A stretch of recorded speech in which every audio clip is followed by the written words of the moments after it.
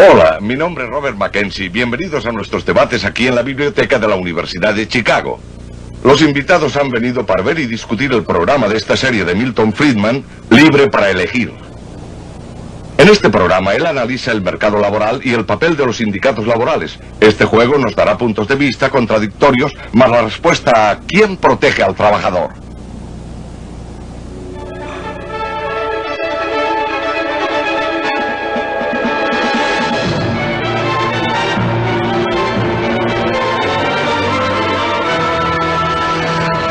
Libre para elegir.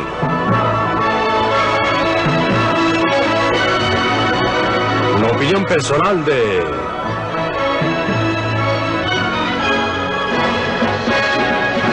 Milton Friedman.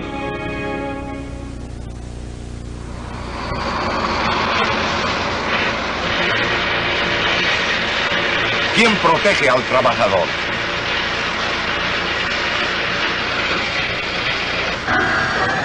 La gente que se gana la vida en la industria pesada rara vez tiene que quebrarse la espalda como lo tenían que hacer la mayoría de los trabajadores hace un siglo. Y sin embargo, ganan mucho más. ¿Qué produjo este mejoramiento? La primera reacción de mucha gente sería probablemente que el enorme progreso de los trabajadores en los últimos 2 siglos se debe a los sindicatos. Pero es obvio, por lo menos para los Estados Unidos, que esto no es cierto. Porque en el siglo XIX, cuando los obreros estaban bastante bien, apenas si existían sindicatos. Incluso ahora, no más de 1 de cada 4 o 5 trabajadores es miembro de algún sindicato. Y los otros no están nada mal, ya que alcanzan el más alto estándar de vida en el mundo. Por supuesto que los sindicatos producen beneficios para sus miembros, pero no son ellos el motor del desarrollo de la sociedad moderna. Más bien son vestigios de una sociedad preindustrial del ayer, del tiempo de las ligas entre artesanos en el medievo, o para volver más atrás aún, del acuerdo entre médicos en Grecia hace 2000 años. De la minúscula isla griega de Kos, la costa de Asia Menor queda a 4 millas en la bruma. Hace 2500 años funcionaban en Kos un hospital y una escuela médica. Trabajaba allí el gran Hipócrates, el fundador de la medicina moderna.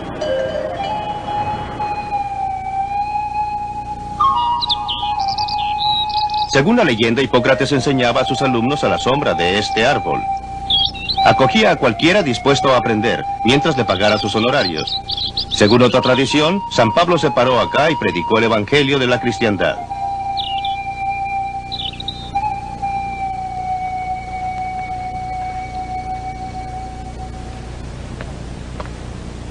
Lo que no es una leyenda es que Hipócrates y sus seguidores encaminaron a la medicina para que llegara a ser una ciencia. Cuando Hipócrates murió a la edad de 104 años, según la leyenda, esta isla estaba llena de cultores de la medicina. Sus estudiantes y discípulos se hacían una competencia despiadada. Unos 20 años después de su muerte, se juntaron todos y establecieron un código de conducta. Lo llamaron el juramento hipocrático, en memoria del que fuera su profesor y maestro. Cada nuevo médico, antes de poder practicar su arte, venía a este lugar, aquí, y frente a estas columnas hacía su juramento. El juramento estaba repleto de finos ideales para proteger al paciente, pero también encerraba una serie de otras cosas. Escuche esto. Voy a transmitir un conocimiento del arte a mis propios hijos, a los de mis maestros y a discípulos ligados por obligación y juramento, según la ley de la medicina, pero a ningún otro. Hoy en día llamaríamos a esto un sindicato único. O escuche esto, que se refiere a los enfermos de la dolorosa enfermedad de cálculos a los riñones o a la vejiga. No voy a operar a personas que sufren de cálculos, sino que dejaré esta operación a los que practican este trabajo. Un acuerdo ideal de repartición del mercado entre médicos y cirujanos. Hipócrates debe darse vuelta en su tumba cuando hacen este juramento los médicos actuales. Él habría enseñado a cualquiera exigiendo solo sus honorarios. Con toda seguridad se habría opuesto a esa clase de prácticas restrictivas que los médicos de todo el mundo usan ahora para asegurar su clientela. En los Estados Unidos, la Asociación Médica Americana desde hace décadas ha funcionado como una de las uniones más fuertes del país, limitando el número de médicos, manteniendo alto el costo del tratamiento e impidiendo la competencia de médicos de fuera con los nacionales. Todo supuestamente para ayudar al paciente.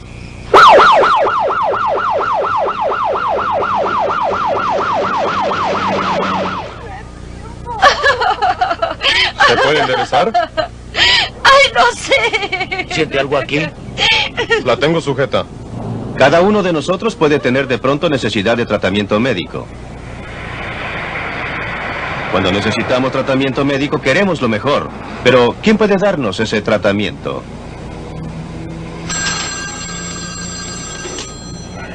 Siempre es un egresado de una escuela médica cara que tiene una tarjeta del gremio llamada licencia médica. O podría ser alguien como este señor, un paramédico profesional trabajando para una empresa privada que ofrece asistencia médica de urgencia. Y ojalá que consigamos con esto un bonito contrato. En los Estados Unidos hay muchas empresas de este tipo que ofrecen tratamientos de urgencia. Este equipo de paramédicos forma parte de un departamento de bomberos en California del Sur. Trabajan bien, pero a menudo los médicos locales se oponen. Aquí en los Estados Unidos ellos toman el juramento hipocrático y creen que deben ser ellos los que traten a los enfermos, que deberían ser ellos quienes salven la vida de todos los accidentados, y que lo haga otro les resulta incompatible con todo lo que se les ha enseñado.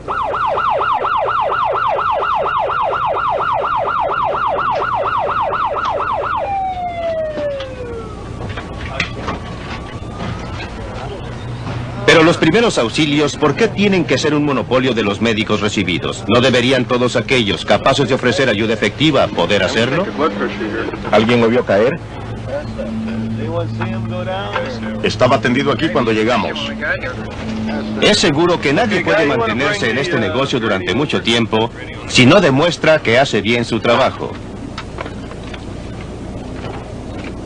Esto lo sabe muy bien Joe Dolphin. Tomamos unas gráficas de estadística de los resultados de los paramédicos en California. Para darle un ejemplo, en el distrito de California en que trabajamos nosotros, una zona con unos 580,000 habitantes, menos del 1% de los enfermos que habían sufrido un paro cardíaco, alcanzó a sobrevivir y salir del hospital.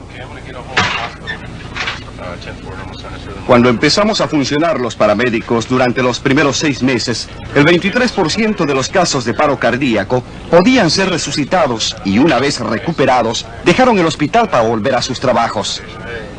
Creemos que esto resulta bastante llamativo y nos parece que los hechos hablan por sí solos. Sin embargo, comunicar esto a la comunidad médica resulta a veces sumamente difícil. Tienen sus propias ideas. Respiración 12 irregular. Eso es correcto, a mí me lo parece. Bien. ¿Cómo sigue allá abajo? ¿Estamos listos? Sí, 10-4. Clave 2, clave 2, clave 2. Las disputas entre miembros y no miembros de un sindicato no siempre transcurren de manera tan decente como entre la medicina organizada y Joe Dolphin. Un día, en 1978, unos trabajadores seguían en su trabajo cargando carbón sobre el río Ohio, en Indiana del Sur, a pesar de que el sindicato de obreros de la mina se había declarado en huelga. Aquella noche, un grupo de sindicalistas armados invadió el lugar. Y entonces incendiaron una pequeña casa aquí al lado del embarcadero. Luego de prenderle fuego al auto del señor Teagarden aquí, y tiraron otra bomba incendiaria dentro del tráiler. Otros estaban incendiando camiones disparándole a los neumáticos. Yo había vuelto más allá. Podía escuchar los disparos y el aire que escapaba de los neumáticos. Por supuesto, había tanta gente revolviendo y haciendo tanto daño, incendiando cada vez más cosas. Estaban pasando una gran cantidad de cosas al mismo tiempo. Deberíamos haber estado bien armados y haberles disparado a esa gente, haber hecho algo para impedirle toda esta destrucción. Nunca hubiera creído que un agitador pudiese juntar tanta gente irresponsable para invadir la propiedad de alguien y destruir en forma criminal hasta que lo vi.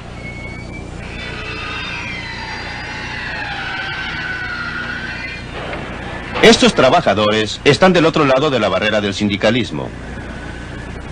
Están construyendo 2 edificios del Seguro Social en Baltimore. En este proyecto del gobierno, cada uno es miembro del sindicato. Su sindicato debe protegerlos contra la competencia de los trabajadores no sindicalizados. Pero algunos constructores del lugar ven un aspecto muy distinto del sindicato único. No creemos que se le deba negar a nadie la posibilidad de escoger. Cualquiera debería poder elegir entre hacerse y no hacerse miembro del sindicato. No por la ley que no se imponga a nadie afiliarse a un sindicato. Cuando usted le dice a un hombre que debe pertenecer a un sindicato o que tiene que hacer esto o lo otro, usted se da cuenta que le está sustrayendo libertades. La libertad de este empresario de escogerme a mí, de hacer negocios conmigo. Cualquier empresa requiere este derecho de poder escoger con quién hacer negocios, y de la misma manera nuestros empleados tienen el derecho de escoger si quieren o no hacerse miembros de un sindicato. En este aviso del gobierno que dice solo personal autorizado, realmente quiere decir solo miembros del sindicato.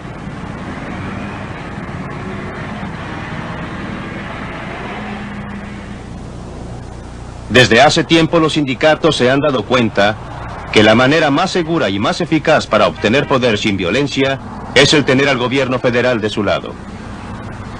Por eso muchos sindicatos fuertes ubican su sede en las proximidades de la fuente del poder. Los dirigentes de los sindicatos que están ubicados cerca del Capitolio conocen muy bien este lugar. Es la sala asignada a la Comisión de Educación y Trabajo de la Cámara de Representantes. En ella se discute y se formula gran parte de nuestra legislación laboral antes de ser presentada al Congreso. Este tipo de sala la conozco muy bien porque me ha tocado dar a menudo testimonio delante de comisiones del Congreso, y todas las comisiones sesionan en salas como esta. Allá arriba en el estrado es donde toman asiento los miembros del Senado. Por supuesto, detrás de ellos se aglomeran los ayudantes. Como usted sabe, cada uno de los miembros de la Cámara y del Senado tiene como 30 o 40 asistentes. A menudo, en las salas de comisiones, no hay casi nadie fuera de estos ayudantes. Cuando yo comparecía, lo hacía allá, donde presentan su testimonio los testigos. A veces me parecía todo un espectáculo montado solo para los ayudantes, con un miembro de la Cámara o un senador asomándose de vez en cuando para ver de qué se trataba. Esta, por ejemplo, es la sala en que hace poco se llevaron a cabo las audiencias sobre los últimos aumentos del salario mínimo.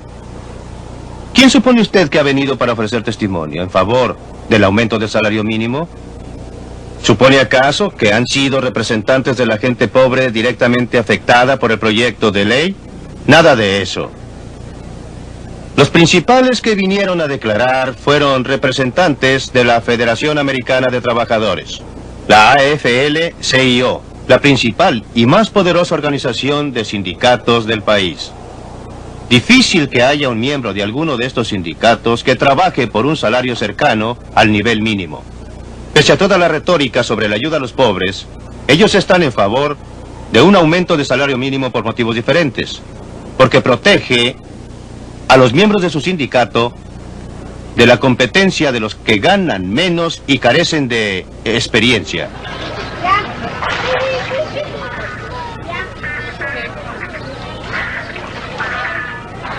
Para ver los efectos de la legislación sobre salario mínimo en la práctica, hay que ir a lugares como este, donde venden comida a la carrera y barata. No se necesita mucha pericia para poder empezar a trabajar aquí. Solía ser tradicionalmente un trabajo donde podían ganar experiencia los que no tenían capacitación, y ya no es así debido a la legislación sobre salarios mínimos. Desde el punto de vista del trabajador, en algunos casos se debe beneficiar. Todo esto es para las minorías, trabajadores no especializados y gente joven. Un empresario, y en particular un empresario pequeño, no puede darse el lujo de emplear a salario alto, a salario mayor. Están dispuestos, sin embargo, a tomar aprendices y a ofrecerles entrenamiento. Esto resulta muy difícil ahora bajo la legislación sobre salario mínimo. Aquellos a quienes discrimina un salario mínimo más elevado es a la gente con poca experiencia, lo que incluye un número muy elevado de gente de color. A tal grado que desde hace algún tiempo estoy pensando que el salario mínimo resulta ser una legislación antinegros, no por la intención, sino por los resultados. Si dice esto, pues muchas gracias. Mientras más se le paga, la gente puede vivir mejor, ya sea que se le pague al contado o en especie. Este es el casino para empleados del Departamento de la Vivienda y Urbanización en Washington, D.C. Esta gente come a precios subsidiados. Como todos los funcionarios del gobierno federal, tienen generosos beneficios adicionales.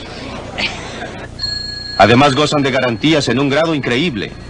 Resulta casi imposible despedir a un funcionario. En enero de 1975, una mecanógrafa de la Agencia para la Protección del Medio Ambiente llegaba tarde al trabajo de manera tan regular que sus superiores pidieron que se le despidiera. Tomó 19 meses librarse de ella, y esa gráfica de más de 7 metros de largo enumera los trámites para satisfacer todos los reglamentos y los acuerdos de la administración y los sindicatos. Este es un típico cuento de terror. Esto es a lo que se llega. Muestra el número de trámites que hay que cumplir.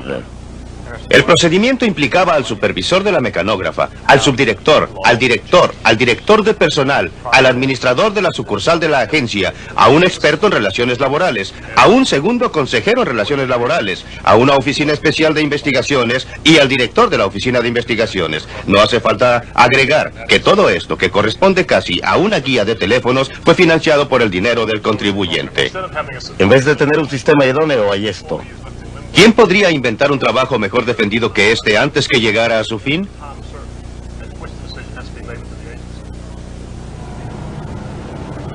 A media hora en auto de Washington está el distrito de Montgomery, donde viven muchos funcionarios altamente colocados. Tienen el ingreso medio por familia más elevado de todos los distritos en los Estados Unidos. De los empleados que viven aquí, 1 de cada 4 trabaja para el gobierno federal. Como todos los funcionarios públicos, tienen la seguridad de su empleo, salarios reajustables según el costo de la vida. Muchos de ellos consiguen beneficiarse además con el seguro social sacando 2 tajadas. Muchos de sus vecinos deben sus ingresos también a la acción del gobierno federal. Si no son miembros del Congreso, son gestores o son ejecutivos de corporaciones con contratos del gobierno. Porque ha crecido el gobierno, es que crece este vecindario.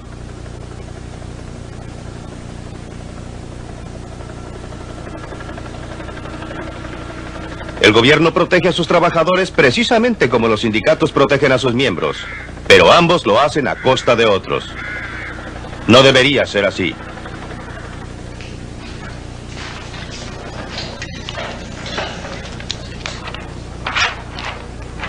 Dick Pashley es ingeniero en electrónica, diseña sistemas de memoria para computadoras. Trabaja para la corporación Intel, una de las muchas compañías que nacieron al sur de San Francisco, en un lugar que se llama Silicon Valley. Todas estas compañías tienen algo en común. Buscan ingenieros para trabajar en sus proyectos. Yo soy uno de estos ingenieros, así es que por supuesto recibo cartas, me llegan llamadas telefónicas y otras comunicaciones, tratando de convencerme para que me salga de Intel y me vaya a trabajar con ellos. Una de las compañías aquí enfrente, Intercell, es una de las compañías nuevas que están estableciéndose en esta zona y que están a la casa de gente como yo para trabajar con ellos. Lo típico es que ofrecen un sueldo un 30% más elevado, opciones para nuevas acciones, gratificaciones y varias otras cosas para convencerlo a uno de que trabaje en su compañía. Y resulta muy fácil, porque lo único que hay que hacer es cruzar la calle. No es una experiencia traumática en la que haya que salir de una ciudad y mudarse a otra. Es bastante más simple. En un mercado de trabajo libre, cada uno se beneficia. Cuando el mercado está restringido, las cosas se presentan de manera muy distinta. Estos mexicanos se dirigen hacia el lado estadounidense de la frontera. Es muy difícil permitir inmigración irrestricta en un estado que mantiene políticas de bienestar. Una cosa es cuando llega gente que busca trabajo y que no depende sino de ella misma, como fue el caso de todos los ahora ciudadanos durante la mayor parte en la historia de los Estados Unidos. Otra cosa es cuando el sistema de bienestar les ofrece ayuda bajo cualquier circunstancia a expensas de otros. Mire lo que pasa cuando usted trata de interferir con las fuerzas del mercado. Pues hay varios grupos bastante grandes de extranjeros en las faldas del cerro esperando que llegue la noche. Otros grupos están todavía del lado mexicano de la frontera. Van a pasar luego. Tenemos sensores electrónicos enterrados a lo largo de los senderos más usados que nos alertarán cuando los extranjeros vengan cruzando. Entonces nos apostaremos de acuerdo con la indicación del sensor para tratar de cortarles el paso.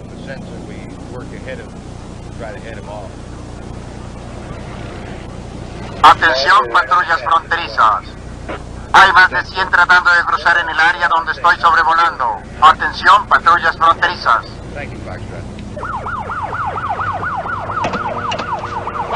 ¡Deténganse! ¡Deténganse! ¡Deténganse!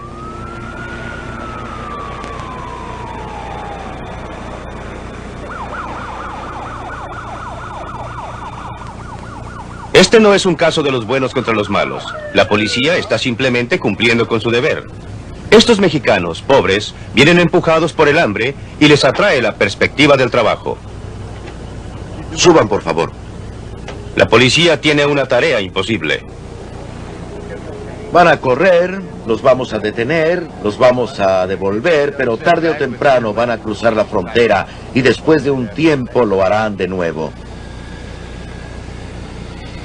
En solo un mes, en 1978, se detuvieron a 60,000 inmigrantes ilegales en esa parte de la frontera. Pero créalo o no, los patrulleros de frontera estiman que casi 200,000 alcanzan a pasar. Hasta lugares como este, en California del Norte, donde había trabajo esperándolos.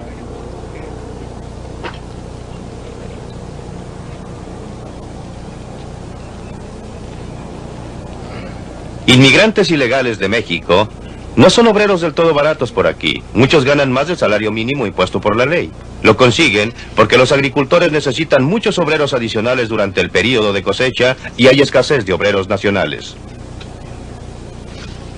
Jill Hannon y su socio manejan una granja que produce las pasas regordetas de California.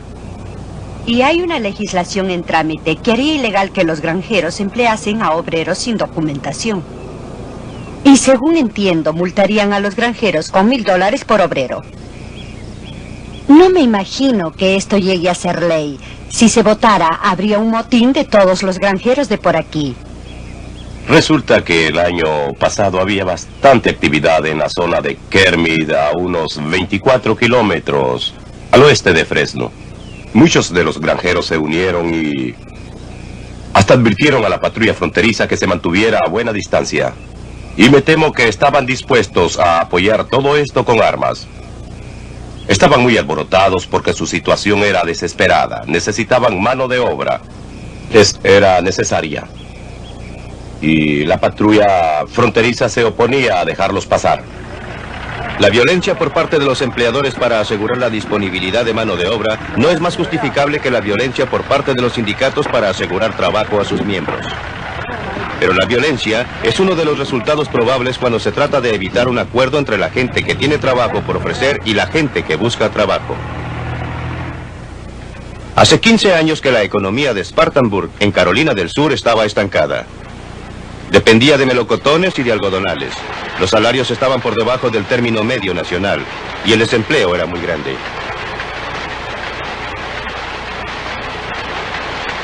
Entonces, dramáticamente, el cuadro cambió. La gente de Spartanburg decidió transformar su ciudad en un centro de comercio libre.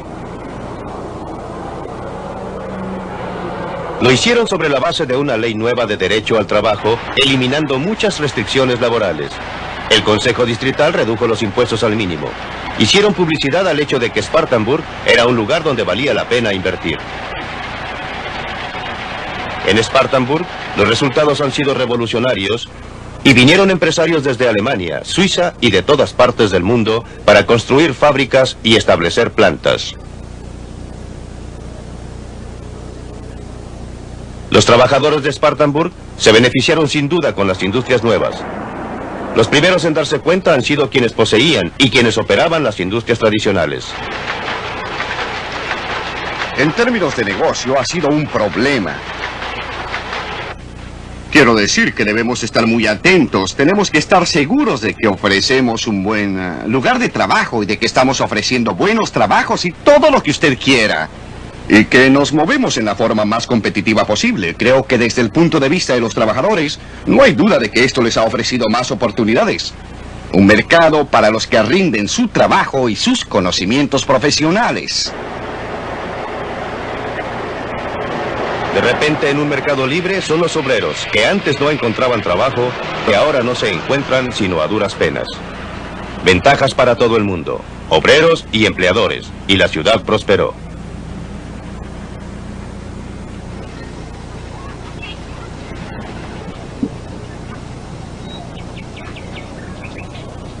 Uno de los obreros que llegó a Spartanburg fue el señor Huma. Vino como refugiado de la Uganda de Idi Amin. Llegamos a este país con $139. Tenía familia, mi mujer y 2 hijos, y veníamos con solo 4 maletas de ropa que pesaban 20 kilogramos cada una. No nos dejaron salir más que con eso. Teníamos que dejar nuestras posesiones, todas nuestras propiedades en Uganda. Y justamente vine a dar a la Flowers Baking Company y me tomaron como obrero para trabajar en la panadería a $2.49 por hora. 5 años después, él era el contador en jefe de la compañía. En un mercado libre, su mejor protección, su riqueza real, demostró ser su capacidad y el deseo de hacer uso de ella.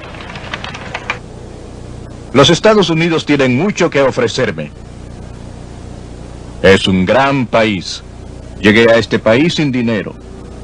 Ahora tengo una casa, 3 autos, mi mujer tiene un buen trabajo, yo tengo un buen trabajo. Los hijos están estudiando y todo se ha ido arreglando muy bien. Creo que esto se debe a la oportunidad. Quiero decir que para el que quiera trabajar en este país hay muchas oportunidades.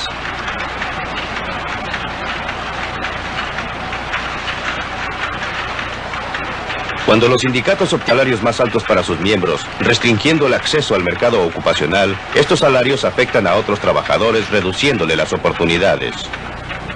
Cuando el gobierno paga sueldos más elevados a sus empleados, estos sueldos son pagados por los contribuyentes. Pero cuando los trabajadores obtienen mejores sueldos y condiciones de trabajo más civilizadas a través del mercado libre, cuando lo obtienen de empresas que compiten unas contra otras por los mejores trabajadores, que compiten a su vez entre sí por los mejores trabajos, estos sueldos más elevados no se financian a costa de nadie. Provienen exclusivamente de la productividad más elevada, de una mayor inversión del capital y de un mejor desempeño del obrero. El tamaño del pastel es mayor. Hay más para el obrero, pero también hay más para el empleador, el inversionista, el consumidor e incluso para el contribuyente. De esta manera, un sistema de mercado libre distribuye los frutos del progreso económico entre todos ellos. Esa es la esencia de la edad del obrero. Libre para elegir.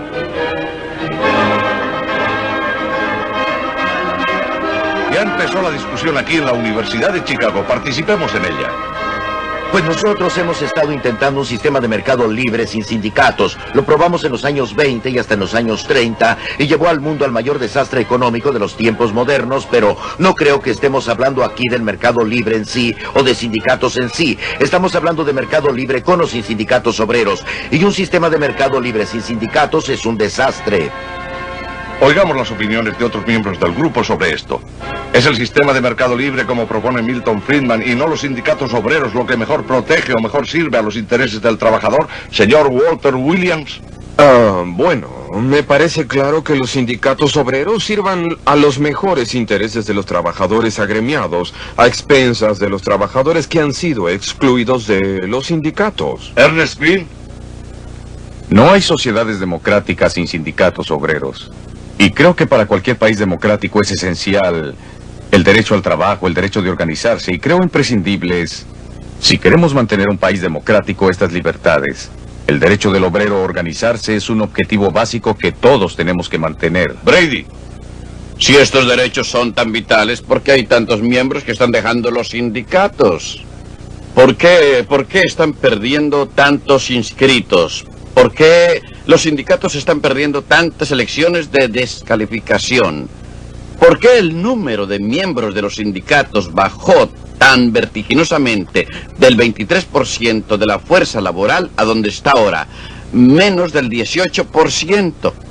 Todo depende de qué datos toma usted, pero los obreros no dejan los sindicatos por oleadas. Los sindicatos no disminuyen vertiginosamente. El mío, la Unión de Trabajadores del Acero, los sindicatos principales y muchos sindicatos chicos están muy activos en trabajos de organización y están creciendo. La composición del trabajo en la sociedad está cambiando. Tenemos algunos empleadores, como lo vimos en la película, que lo que quieren hacer es precipitarse hacia el sur y tratar de ubicarse en un ambiente antisindical e invertir su dinero en la prosperidad del sur en vez de la del norte. Donde se invierte dinero es donde va a haber prosperidad. Y también hemos visto a un grupo de funcionarios del gobierno y empleados de servicio donde veíamos empleadores en esta película que se quejaban del salario mínimo de $2.90 No sé si al invertir usted dinero en cualquier negocio deba salir ganando. No creo que pueda dar esto por supuesto, o sea que me parece que está manejando una premisa que no es correcta. La pregunta de fondo que estamos discutiendo es, ¿quién protege al trabajador? ¿Es el sindicato obrero o el mercado libre lo que mejor sirve sus intereses? Bueno, por la evidencia que yo tengo de varios proyectos de investigación en los que yo he trabajado, creo que a menudo los sindicatos protegen a sus miembros a expensas de gente en situación desventajosa. Y es una cuestión muy interesante esa de que los sindicatos en todos los tiempos han estado discriminando contra toda clase de gente y en favor de una clase particular de trabajadores. No es verdad, Walter. Hemos visto a sindicatos declararse en huelga, matar a algunos, dejar inválidos a otros porque querían incorporarse. Y en los términos de la observación del señor Green, él dice que una sociedad libre y democrática necesita sindicatos laborales. Sí, esto es verdad. Necesitamos el derecho de la asociación voluntaria. La gente tiene el derecho de formar asociaciones, pero no debe ser una exigencia que usted tenga que ser miembro de un sindicato para poder conseguir un contrato de trabajo. No podríamos tener algo más de realismo en esto, Walter. Hablar de los sindicatos en todos los tiempos no tiene sentido para describir dónde nos encontramos ahora en este siglo y en la hora actual. Este asunto de tratar de relacionar el origen de los sindicatos con la profesión médica y los juramentos hipocráticos o hipocríticos, según lo vea uno, volver al pasado de Grecia no es muy pertinente para nuestra realidad. Sí, lo es. La violencia, escúcheme un minuto, yo estaba esperando con paciencia. La violencia está asociada con, pues no con santa paciencia, pero sí esperé. La violencia está asociada con el movimiento laboral y lo demás ha sido mínimo y ha sido una reacción de este siglo, y no durante todos los tiempos. Una reacción de este siglo contra la violencia infligida a obreros por corporaciones y grupos económicos poderosos cuando no había una organización laboral que los protegiera, ni había manera de defenderse contra ese afán de ganar y tener poder. Ahora me dirijo a Milton porque se ha dado cuenta cómo va la discusión. Así es, lo que Lynn Williams está diciendo son puras tonterías. No hay otra, no hay dos maneras para eso. Las condiciones del obrero habían mejorado mucho en este país antes de que los sindicatos de obreros adquirieran importancia. No me van a contar que los millones de personas, mis padres, sus padres y los padres de muchas personas en derredor nuestro, llegaron a este país desde Europa para ser explotados o que llegaron para ser sometidos a la violencia. Por supuesto que habían incidentes y violencia. Disculpe, pero no estoy de acuerdo con usted. Creo que la mayoría de los negros no llegaron a este país por voluntad propia, sino que ellos fueron embarcados. Y todo en relación con... Déjele terminar y después volvemos con negros usted. son una excepción, estoy plenamente de acuerdo con usted, ¿no? Pero constituyen una excepción muy importante. Pero también hay millones y millones. La gente que representa al señor Williams en su mayoría no son negros. Vienen principalmente de los países eslavos de Europa Oriental. Si ve quiénes son los miembros del sindicato Es del que acero. si volvemos atrás, es claro que había violencia. Siempre ha habido violencia. No tiene excusa. No estoy disculpando la violencia de parte de nadie. Pero estoy de acuerdo con el señor Green y con Walter Williams en que la gente debería tener la libertad para organizarse. Lo que me parece inaceptable es que el gobierno concediera a los sindicatos privilegios especiales que jamás han tenido otros grupos. Cuando los sindicatos recurrieron a la violencia en conflictos industriales, no han estado sujetos a iguales sanciones que la gente común y corriente. Cuando los automóviles han sido volcados en un conflicto laboral, ¿cuántas veces se han impuesto las penas carcelarias? El Dr. Friedman y Walter Williams vuelven atrás en la historia y miran la situación cuando los Estados Unidos era un país vacío, cuando no teníamos nada parecido a la compleja economía industrial que tenemos hoy en día, cuando teníamos una economía mucho más agrícola y rural. Y por supuesto cuando los pobres campesinos de Europa, mis antepasados y la mayoría de nuestros antepasados, y no hablo de los eslavos, que es una situación distinta, pero cuando esa gente salió de Europa y llegó a un continente amplio y abierto, con el suelo más fértil que se podía encontrar en el mundo, por supuesto que entonces había progreso y sería demencial negarlo. Pero cuando esto se desarrolló, cuando aumentó la población y cuando nos transformamos en una economía industrial mucho más sofisticada, llegamos a la situación de los años 30. Y antes aún, hacia fines del siglo, con el aumento de la especialización, el movimiento laboral no surgió por casualidad. No nació sin que hiciera falta. Los resultados de tanto avance, a pesar de toda la riqueza que tienen los Estados Unidos, los resultados de este desarrollo era que mucha gente trabajadora no obtenía nada digno de la parte que en este progreso debía corresponderle por las leyes, o por la civilización, o por lo que fuera. Según usted, en un mercado libre de trabajo, todos se benefician. ¿Quiere decir que estaría a favor de la eliminación de toda restricción a la inmigración? La situación de las restricciones de inmigración está ligada al sistema del bienestar como política del gobierno. Como digo en la película, yo estaría en favor de la inmigración totalmente libre en una sociedad que no tenga un sistema público de bienestar. Con un sistema de bienestar como el nuestro, usted se encontrará con gente que inmigra para tener acceso al bienestar público y no para obtener empleo. Usted sabe y es muy interesante. Puede preguntarle a cualquiera. Antes de 1914, los Estados Unidos no tenía restricciones de inmigración. Estoy exagerando un poco, ya que había algunas restricciones para los orientales, pero en general la inmigración era libre. Si le preguntamos a alguien, a cualquier historiador o economista norteamericano, si esto fue bueno, todos dirán que sí, que fue extraordinario cuando teníamos libre inmigración. Si le preguntamos a alguien hoy día si deberíamos tener libre inmigración, todos o casi todos contestarán que no. ¿Cuál es la diferencia? Creo que solo hay una diferencia. Cuando teníamos libre inmigración, los inmigrantes venían a trabajar y se beneficiaba a todo el mundo.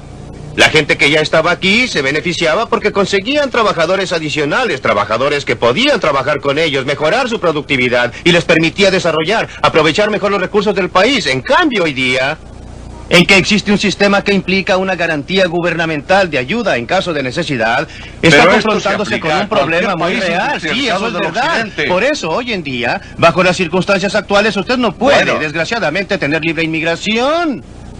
No porque la libre inmigración tuviera algo de malo en sí, sino porque tenemos otras políticas que hacen imposible dejar libre la inmigración. Bueno, me gustaría tener otras opiniones. ¿Hay posibilidad de abrir la puerta al mercado laboral internacional, Bill Brady? Yo diría que sí, si los otros abriesen la puerta para nosotros. Creo que no solo la puerta del mercado laboral, sino la puerta para todos los mercados debía estar abierta. Es decir, los mercados de productos. Lo que yo pienso de los obreros, sin documentos, o de los mexicanos, se encuentra escrito al pie de la Estatua de la Libertad, y creo que la gente debe tener el derecho de llegar a este país. Ahora bien, ¿usted sabe qué dirían? Habría gente que diría que los inmigrantes aumentan nuestro gran problema de desempleo. Y eso lo señalé diciendo, esta es la misma retórica que los irlandeses emplearon cuando los negros iban hacia el norte, y nos usaron como chivos expiatorios. Y nos dicen, hagan que esa gente se vuelva donde vino para que los nuestros puedan tener empleo. También los sindicatos han estado haciendo esto, llamándoles peces, rompehuelga, etc. Así es que no deseo que los mexicanos lleguen a ser los nuevos chivos expiatorios de nuestros problemas nacionales particulares. El problema no está en ellos y nuestra nación se beneficia, en la medida que esta gente venga aquí a trabajar. Y en la medida que incluso es favorable que permanezcan como extranjeros ilegales, en vez de extranjeros legales que tendrían acceso a nuestros programas de bienestar, así que no queremos que ellos sean legales. Yo no creo que este país deba admitir que un grupo de trabajadores se mantenga fuera de nuestro encuadre legal y de nuestra protección.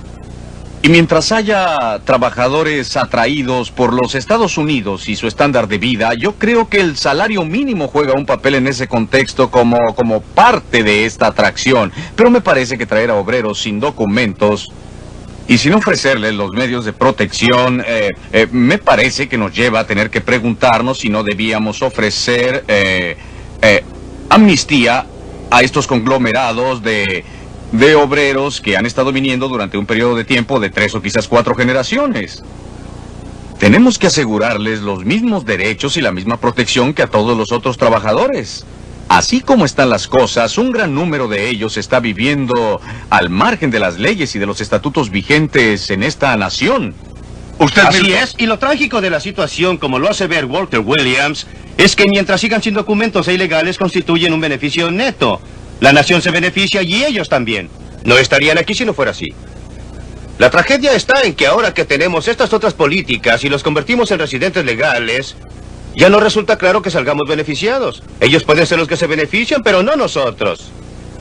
Lo que Lee Williams dijo anteriormente no refleja bien una vez más lo que está pensando. El impulso mayor para el movimiento sindical vino después de la Gran Depresión de los años 30. Esta Gran Depresión no fue un fracaso del capitalismo, no fue un fracaso del sistema del mercado privado, como lo demostramos en otro programa de esta misma serie. Fue un fracaso del gobierno. No fue el caso de que de una manera u otra, una baja general en las condiciones de la clase obrera produjera una gran ola de sindicalismo. Al contrario, los sindicatos nunca habían contado con más de 1 de cada 4 o 5 de los trabajadores en los Estados Unidos. No fue debido a los sindicatos que el trabajador se beneficiara. Se benefició a pesar de los sindicatos. Se benefició porque habían más oportunidades, porque había gente dispuesta a invertir más dinero, porque había una oportunidad de trabajo para la gente de ahorrar y de hacer inversiones. Esto sigue siendo igual hoy día. Usted dice nosotros tenemos que ofrecerles algo a todos. ¿Quiénes son nosotros? ¿Cómo quiénes? ¿Nosotros? Sí, nosotros. ¿Cómo lo hacemos? Y nosotros, la gente, les ofrecemos la protección asegurando su bienestar y códigos de seguridad ocupacional que protegen el ambiente donde ellos trabajan.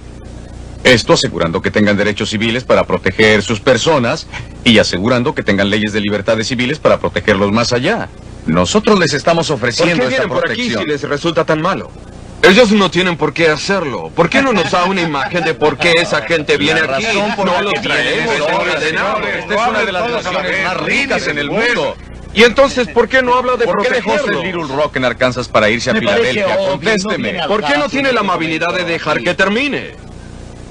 En primer término, déjeme decirle lo siguiente. Hay unas cuantas cosas básicas que yo debemos saber. Para decir 5 cosas más y no nos podemos demorar toda la tarde.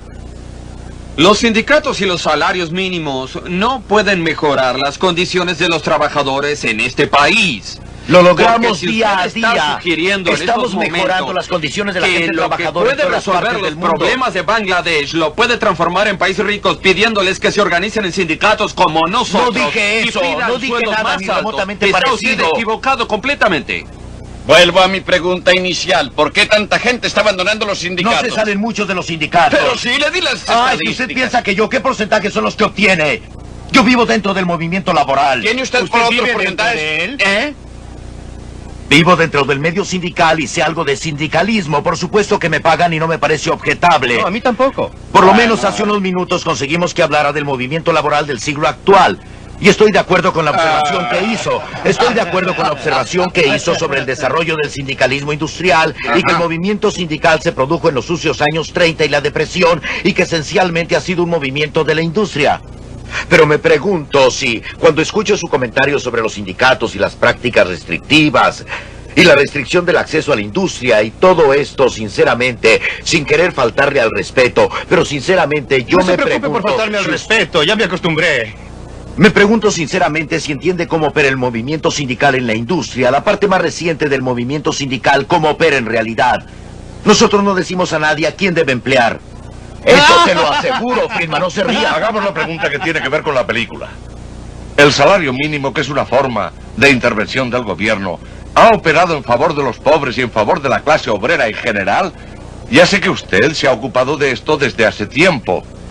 Bueno, por lo menos desde el punto de vista de los adolescentes, en particular los adolescentes menores, la ley del salario mínimo destruyó varias de las posibilidades de empleo.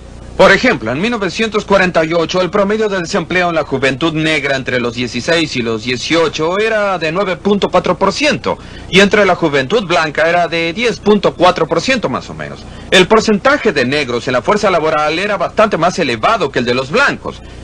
Y con cada aumento en el salario mínimo se producía la recesión dramática que tenemos ahora. Y por eso la ley del salario mínimo tiene el efecto que podría traducirse en que el que no puede rendir $2.90 en productos por hora no merece el empleo. Es solo el salario mínimo lo que hay que tomar en cuenta. Pero también la reubicación de muchas compañías. Debe mirar el desplazamiento de la gente. Pienso que usted no debe hacer eso. Bueno, tomemos la reubicación de las compañías. Pues bien, se encuentra la misma tasa de desempleo de negros y blancos en los suburbios que en las ciudades. Quiero decir que lo que se trata es hacer... Aún si mantuviera como base. Usted está tomando un elemento. Se presenta una diferencia en la tasa de desempleo de los negros y la de los blancos. Y voy a golpear la mesa. Vamos, Lynn. Bueno, usted está tomando un elemento de años atrás cuando la situación era completamente diferente de la de hoy y salario mínimo, eso es no. Hay muchas otras cosas que son diferentes. El enorme desplazamiento de la gente de color desde 1948. No puede borrar eso olímpicamente. No puede decir que no puede atribuirlo al salario mínimo. Eso usted lo sabe muy bien. Quisiera que se aclarara ese punto. ¿Ha servido el salario mínimo a los intereses de la clase trabajadora de este país? Creo que no hay duda de que la gente trabajadora de este país estaría en bastantes peores condiciones que hoy en día. La juventud de este país estaría peor de lo que está si no tuviéramos el salario mínimo. Bien, ahora Bill Brady, ¿usted qué opina? No, yo por ¿Los salarios mínimos es buena idea o no? ¿Para usted qué es industrial? No, es una mala idea. Es evidente que es una de las peores cosas que podamos hacerle a nuestra juventud. Les impedimos... ¿Cuántos niños tiene usted? ¿Cuántos tiene? Tengo 2. No tiene importancia cuántos niños tenga. El salario mínimo... Pero sí, el salario mínimo no afecta a su industria. Por favor, el salario mínimo no afecta a ninguno de los afiliados. Si hemos apoyado la legislación sobre el salario mínimo en este país, no es simplemente con miras a resguardar nuestros intereses. Por favor. Por supuesto que no lo hemos hecho con ese fin. Somos un organismo del pueblo. El le ha dado la palabra a Milton. Yo estaba diciendo que creo que no hay nadie de los miembros de su sindicato que haya sido afectado por el salario mínimo. Tienen remuneraciones superiores a lo que... Usted dice que es un organismo al servicio del público. Somos un organismo del pueblo. Los trabajadores, y si no está representando los intereses de los trabajadores, debería despedirlo. Eso no es... Usted está diciendo que actúa en contra del interés de sus trabajadores y a la vez les dice a ellos, no estoy haciendo el trabajo por el que me pagan. Por favor, esto es simple sofisma. Yo no estoy... No es ningún sofisma. No estoy hablando de representar los intereses de los trabajadores. Nuestra unión representa a mucha gente. Sí, efectivamente. Y algunas de esas personas son, como probablemente usted sabe, quienes trabajan en las grandes fundiciones. Pero también salimos a organizar a los trabajadores y ganamos votos de los afiliados a pesar de los comentarios de Bill Brady al respecto. Y ya hay muchos que son trabajadores afectados por el salario mínimo. Y como resultado hemos logrado elevarlos por sobre el salario mínimo. Sí, el punto es que todos deberíamos reconocer que los sindicatos en los Estados Unidos apoyan el salario mínimo y gastan millones y millones de dólares en juntas para la ley del salario mínimo. Y lo hacen muy, pero muy concienzudamente y en nombre del pueblo. Ahora bien, en Sudáfrica los sindicatos son más honestos. Esto es, los sindicatos racistas blancos dicen, nosotros apoyamos los salarios mínimos y sueldos iguales por trabajos iguales para proteger el empleo de los blancos. Es decir, para proteger el empleo de los blancos de la competencia barata. ¿Está usted insinuando, Walker? No estoy diciendo eso. Estoy diciendo que no tiene importancia la intención. Son los resultados. Son los resultados. La palabra tiene Ernest. No todo el mundo tiene que estar de acuerdo con todo. Claro que no. No, tienen buenas razones para apoyar el salario mínimo. ¿Cuál salario? El grupo que representan. Representan la clase media negra. No representan a los negros pobres de la calle. La NAACP quizá tenga y le pertenece a ella, la FLCIO La FLCIO es la dueña. Orden. Punto de vista conservador. Voy a darle la palabra a Milton ahora. ¿Está usted diciendo entonces que apoya la derogación de la legislación sobre salario mínimo? Por supuesto. ¿Lo haría? Por supuesto que lo haría. Yo, por mi parte, Claro que quisiera sí. preguntarle a Ernest y a Lynn, ¿por qué quieren circunscribir el precio mínimo a los salarios? ¿Por qué no me dan un precio mínimo para los productos que manufacturamos? Si bien entiendo, no estamos aquí para discutir sus problemas como propietarios. Existe una diferencia. Bueno, ¿Por qué un ustedes, mínimo de según ganancia? presumo, son los que están tan ansiosos de lograr un sistema de libre mercado y de competir entre ustedes y de todo lo demás. Mire, Nosotros hablamos de las necesidades de los trabajadores y estamos hablando de las necesidades de las personas que llegan a una sociedad que no les proporciona suficiente empleo, que parece no ser capaz de proporcionárselos en la medida necesaria. Creo que la noción de que de alguna manera, dejando que cada uno de los que tienen puestos de alimentos o algo parecido, dejando quien sea que explote a la gente joven de esta nación, como quiera y que les paguen tan poco como les dé la gana, todos podrían trabajar, todos encontrarían un empleo, pero eso es completamente absurdo. Quisiera llevar a Milton a una de las etapas finales de su película, la parte sobre Spartanburg, Carolina del Sur. Y quisiera saber a qué conclusión ha llegado al respecto. ¿Quisiera usted, en efecto, ver a todos los Estados Unidos transformados en un Spartanburg con mayúsculas? Sí. ¿Y qué es lo que significaría todo esto? Significaría una mayor oportunidad para todos. Significaría una oportunidad para empleadores en todas partes, para competir entre sí en busca de trabajadores. Significaría una oportunidad para los trabajadores de encontrar empleos que puedan mejorar la utilización de sus especialidades. Significaría que los consumidores podríamos obtener mejores productos a menor precio. ¿Saben? Los consumidores también toman parte en esta situación. Deberían pensar de una manera u otra. Uno de los misterios para mí es que si el salario mínimo de $2.90 ayuda a la gente, ¿por qué no le ayudaría mejor un salario de $6? Porque esta gente no pide un salario mínimo de $200 y todo lo que hubiera que hacer para construir una nación sería $200 la hora. Sí, y que vacara también a las niñeras, ¿no? Y para mejorar la suerte y las condiciones de las personas solo es necesario decretar un salario Volvió más al tema alto. de salarios mínimos. Yo quiero saber cómo claro. Spartanburg... Sí, bueno, Spartanburg mejoraría las cosas ya que introduce un mayor radio de competencia y lo que realmente protege al trabajador es la existencia de alternativas de empleadores interesados por sus servicios como las alternativas de vendedores que protegen al consumidor. Milton, usted omitió otra cosa que se lograría, y es que se produciría un aumento sustancial en inversiones de capital. Efectivamente, así sería. ¿Y el capital es otro mejor amigo de nuestro trabajador? Claro. Eso es solamente para decir ciertamente que todos se que... beneficiarían. Esto es solamente para decir que una economía activa, una en que haya inversión, desarrollo y lo demás, es una economía buena para la clase trabajadora. Creo que se lo decimos a la FLCIO por lo menos una vez al mes sin parar. Pero no hay cosa que nos interese más que el tener una economía activa que funcione. La pregunta es cómo lograr eso. Yo sugiero y creo que hay argumentos siempre para lo que querramos discutir acerca de que la prosperidad que tenemos en Norteamérica hoy en día es porque los movimientos laborales han hecho enormes... el movimiento laboral ha contribuido enormemente a eso. Y de no haber existido el movimiento laboral, de no existir el salario mínimo, este país no sería tan próspero y Espera tan un momento, brillante en Lynn, sus... espera un momento. Quisiera escuchar reacciones a eso. Él citó el caso de lo que habían logrado los sindicatos. ¿Acepta usted alguna parte de esa declaración? No, es descabellado tal como lo sugerí antes. Quiero decir, si los salarios mínimos pudieran hacer más rica a la gente, si los gremios pudieran hacerlo, lo único que hay que hacer es decir a la gente de Bangladesh, ¿por qué no se agrupan y piden sueldos más altos? Podrían ser ricos como en los Estados Unidos. Se lo estamos diciendo los a todo el trabajadores tienen mundo. salarios Se lo más altos dijimos en en el nuestro país Japón y porque son más funciona. productivos.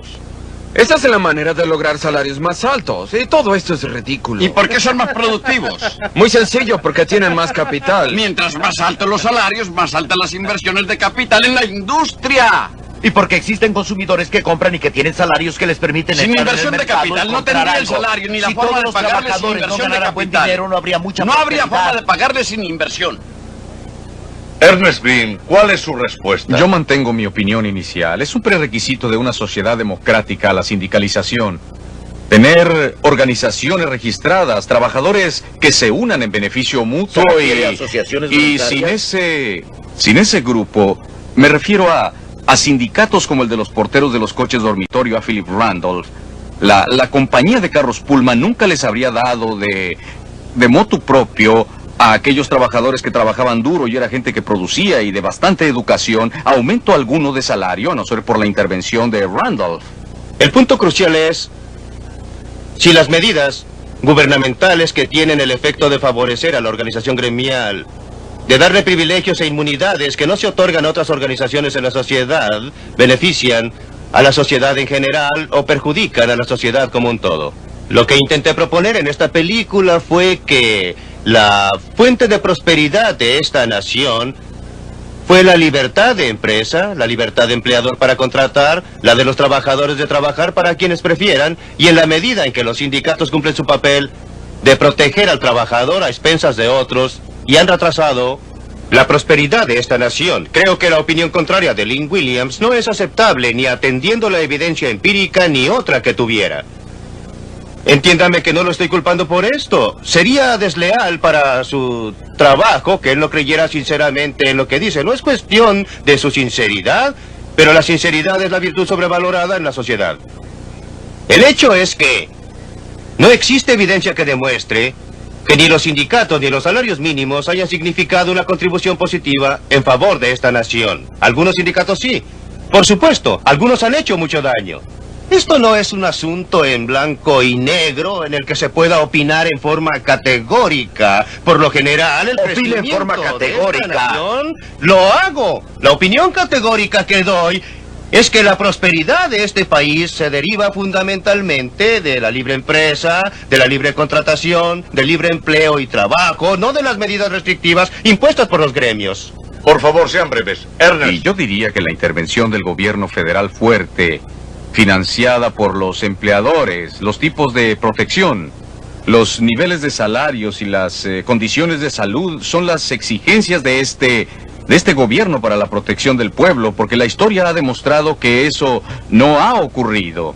Y en el caso de Spartanburg, Carolina del Sur, le reitero que si hay una razón por la que se logra una recuperación para atraer firmas de Suiza y de Alemania, es en primer lugar porque tenemos un gobierno fuerte que proporciona protección para todos los ciudadanos, lo que hace 15 años no ocurría. La libertad económica, a mi juicio, no debería sufrir ninguna contracción. Creo que estos dos caballeros piden que se contraiga al sostener el salario mínimo. Piden, creo que Linnie Williams, que se mantenga el acta Davis-Bacon. No creen, me parece, que las libertades son interdependientes e indivisibles. Existen libertades, está la libertad económica, la libertad de prensa, libertad para reunirse, hay libertad religiosa, y ustedes piden que se restrinja la libertad económica. Cuando hacen eso, perjudican a las demás libertades que tenemos, y si se hace tanto como nosotros lo estamos haciendo hoy en día en este país, corremos el riesgo de perder todas nuestras libertades. Y ahora dejamos esta animada discusión y espero que podamos estar juntos de nuevo en Libre para Elegir.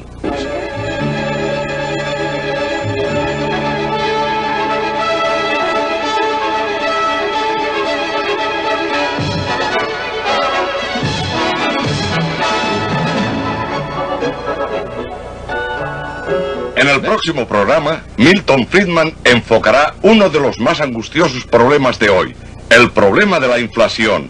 Existe una manera de afrontarlo. Si es su deseo conocerla, no se pierda Libre para Elegir la próxima semana.